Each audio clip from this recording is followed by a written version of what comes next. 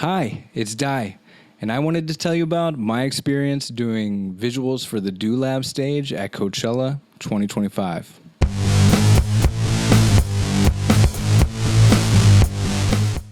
This is my second year doing house visuals and IMAG effects for the LaB. Thanks to the LaB and Full Spectrum Events for having me out again this year. I was really excited about the MediaPipe tools and TouchDesigner. This was a good opportunity to dive deeper into that. Now, I only had a month, and I've also got other projects going on, so not a whole lot of time to get everything ready. Here are the looks I could come up with after working with TouchDesigner and MediaPipe for about a month. All right, so here's a look at my IMAG effects project file. This is created in TouchDesigner.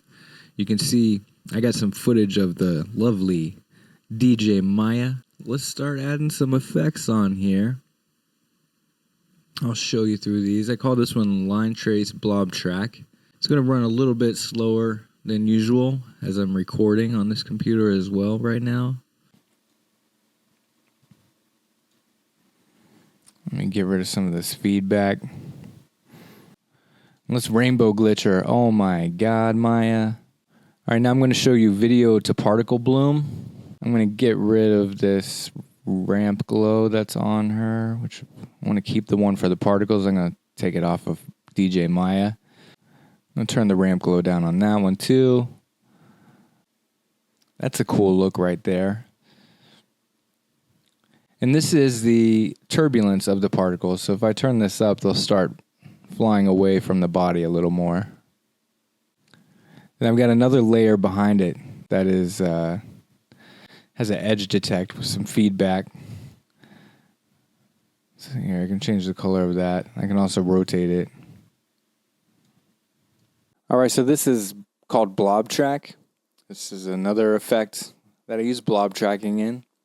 Dang, Maya, you're so psychedelic. Look at her go. She's such an awesome DJ. We'll look behind the scenes at this one a little bit here. Here's our original footage down here. We got Maya rocking out. Okay, and then we're doing some blob track instancing here. So here's our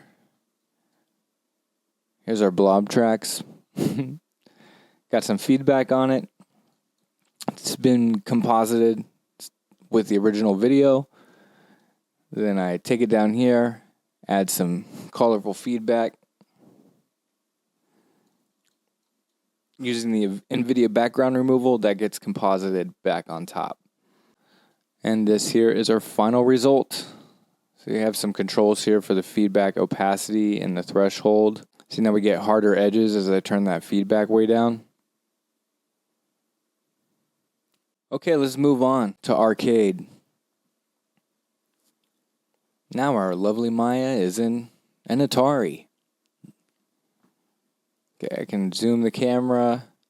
I have this foreground dot multiply, which you can see will make these connecting points expand. I had this hooked up to audio-reactivity. See, we got some noise on the shape. That's why it's bending like that. I'm just going to turn that down. Then I can control the rows and columns of the shape in here. Okay, now let's go to Arcade 2. Let me change up the background color so you can tell the difference between the foreground and the background shapes.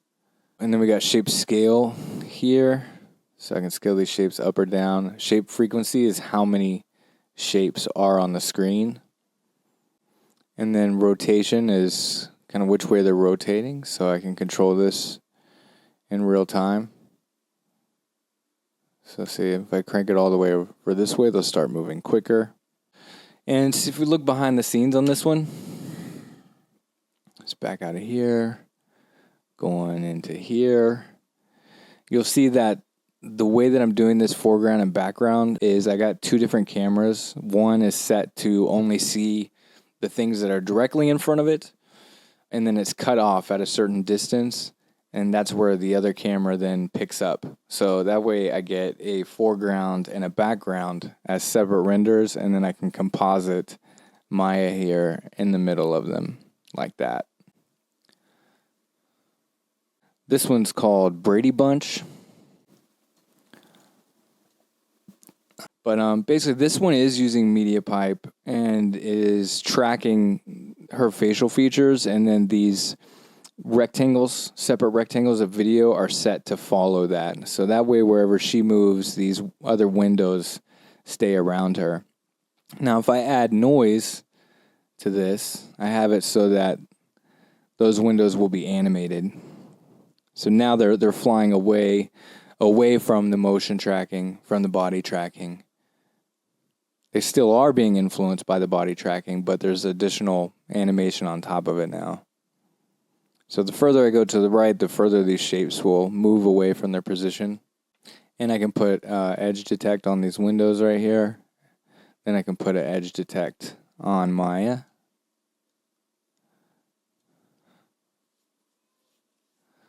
Brady Bunch. Doo-doo-doo. This one's called Simple Shapes. It works a lot like Arcade 2. There's basically just two different layers of shapes. There's a foreground and a background with Maya composited in the middle there. And the motion of these shapes is being driven by the motion of her body using the MediaPipe pose tracking. So I have separate controls for color for the foreground and the background.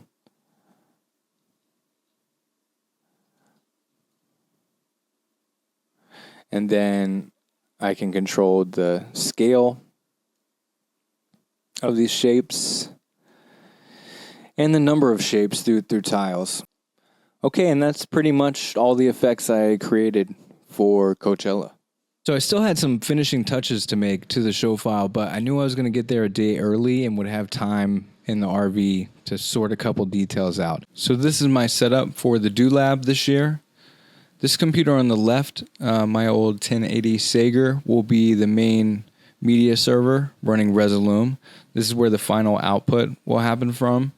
This is where the LED mapping is and where I'll keep all the content I've created arranged into decks, programmed with real-time effects, which I'll control with my Yaletex MIDI controller. It's a custom MIDI controller that I had made from Yaletex. And this is my IMAG effects computer. This is running TouchDesigner. This is the 4090 Sager. So this is the video mixer. It's just plugged in right here. And the two camera feeds will come into the video mixer. Right, so I can mix between them. Here's the two SDI inputs. That's how the two camera feeds will come in. And then I'll be able to mix between the two like that. And this is the MIDI Fighter MIDI controller, which is controlling the effects in TouchDesigner. And TouchDesigner is sending out through NDI into Resolume. That's how I get the final video. And then I also have this clean feed of IMAG looping out from the mixer. So that way, if the IMAG computer goes down or starts slowing down or anything happens, I still have the clean feed I can bring into my media server. So it's a long flight from Charleston, West Virginia to Palm Springs. So many hours later, I landed there in the desert, got off the plane outside with a hoodie on. It was hot. I had no idea that whole airport is outside. It's really cool. But then I got a ride from the LaB to the Coachella Festival site grounds, so I could first at the gate get my credentials. Then I got brought in, and eventually to the RV where I would be staying for the next 10 days. Got up at 6 a.m. I'm walking over to the stage right now just to see what the progress is and seeing where I can get internet, because I'll have a few files to download. This will be filled with people tomorrow.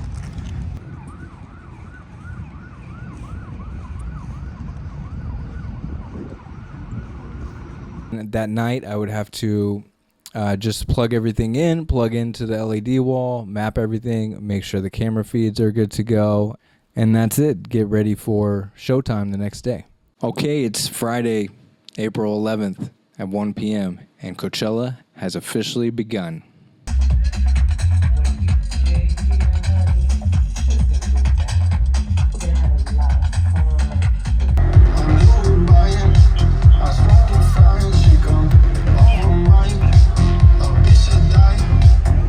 And then, the crowd definitely started to fill in during the evening as everyone got there.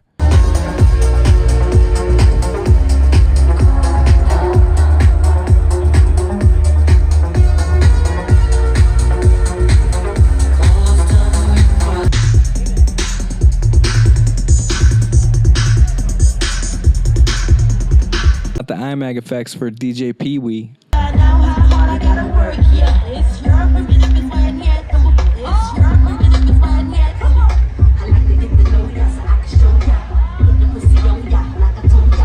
The highlight of the night for me was doing visuals for A-Trip.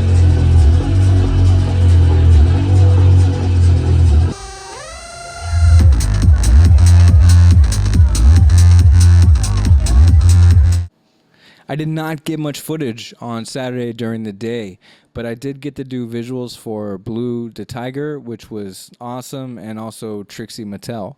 All right, so now it's nighttime, and it's time for me to get down with the IMAG effects.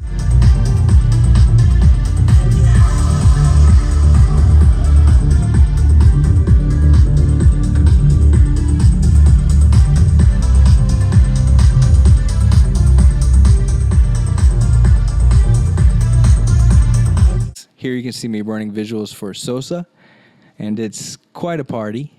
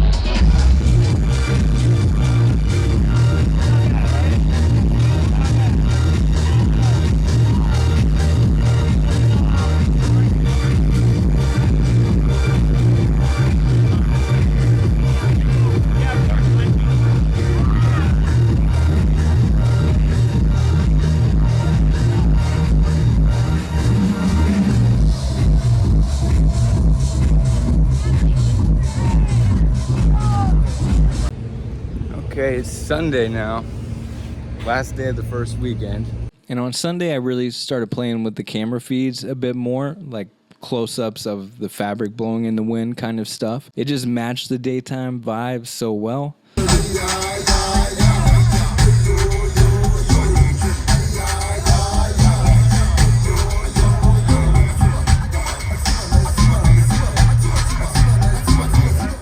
Somehow I did not get footage of the Rudimental back-to-back Skepsis set that night, but it was a blast. Weekend one is over. So the next day I'd woke up pretty early and I had rented a car from Turo. Then I went to the laundromat, and then I heard from my friend Mark Reuter about this awesome spot called the Palm Springs Tramway. And it's this tramway that takes you from desert landscape up 8,000 feet into a beautiful forest. The tram, as it comes up, it's spinning the whole time, so everyone in there, I guess about 20 people I'd say, have a rotating view of the mountain as you go up it. This is so... I'm sorry, I'm geeking out.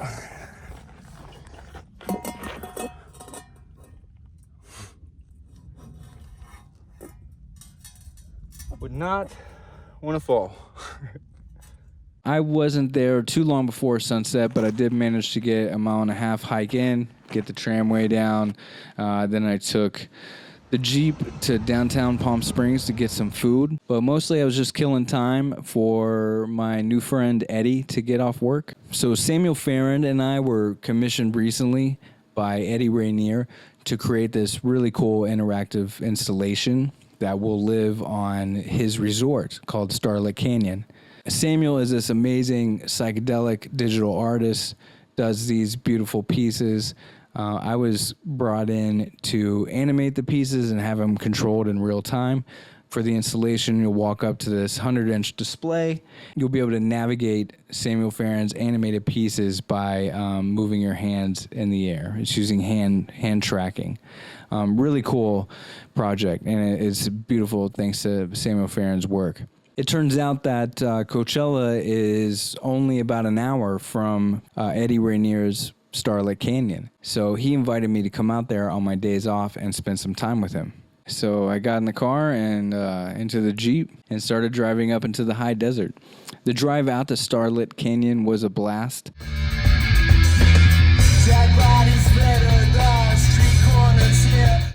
You'll have to hit them up to figure out how to stay there, but most of the drive was a mountainous desert highway, and the last bit was all off-road, which is why I needed the vehicle with clearance.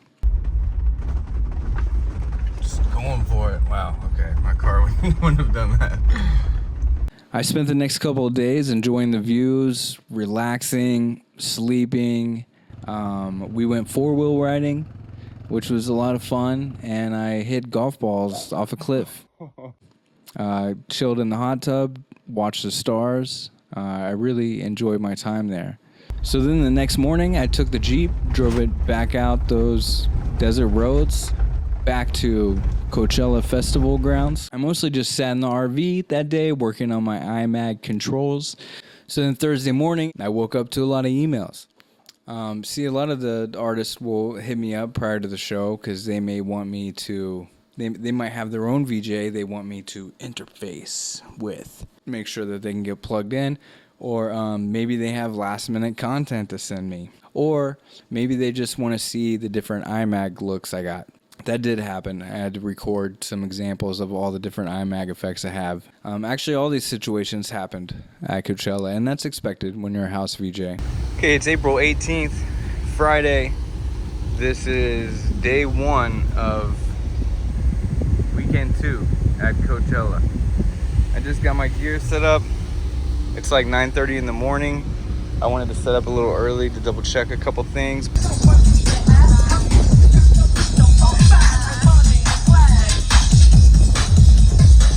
Max Tyler was a personal highlight of mine for Friday night.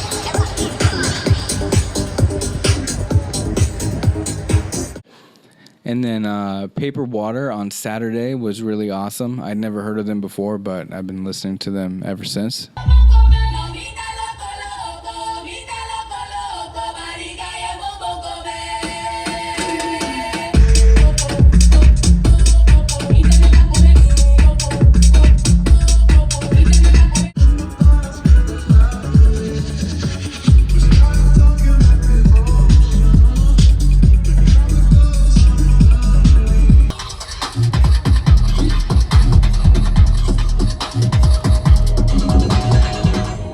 Tycho is a set on Saturday that I'd been looking forward to. It was daytime, so I went with the IMAG, zooming in on the beautiful shade structure and some audio-reactive effects, and I felt like that set went really beautifully.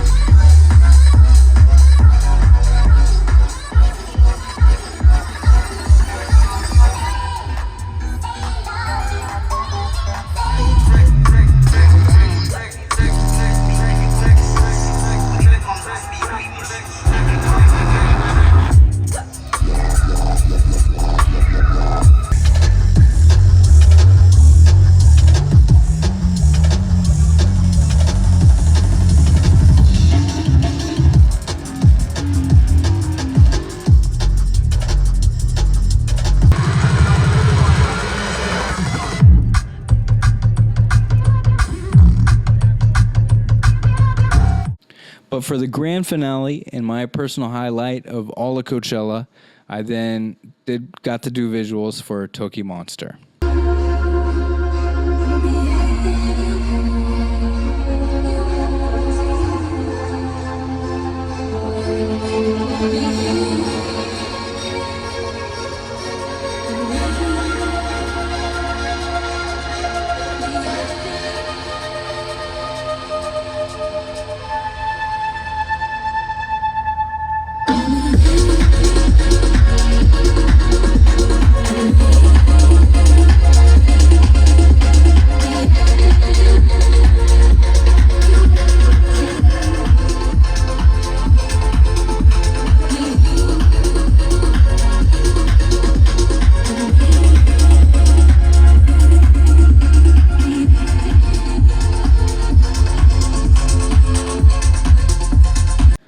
Thanks again to Full Spectrum Events for having me out.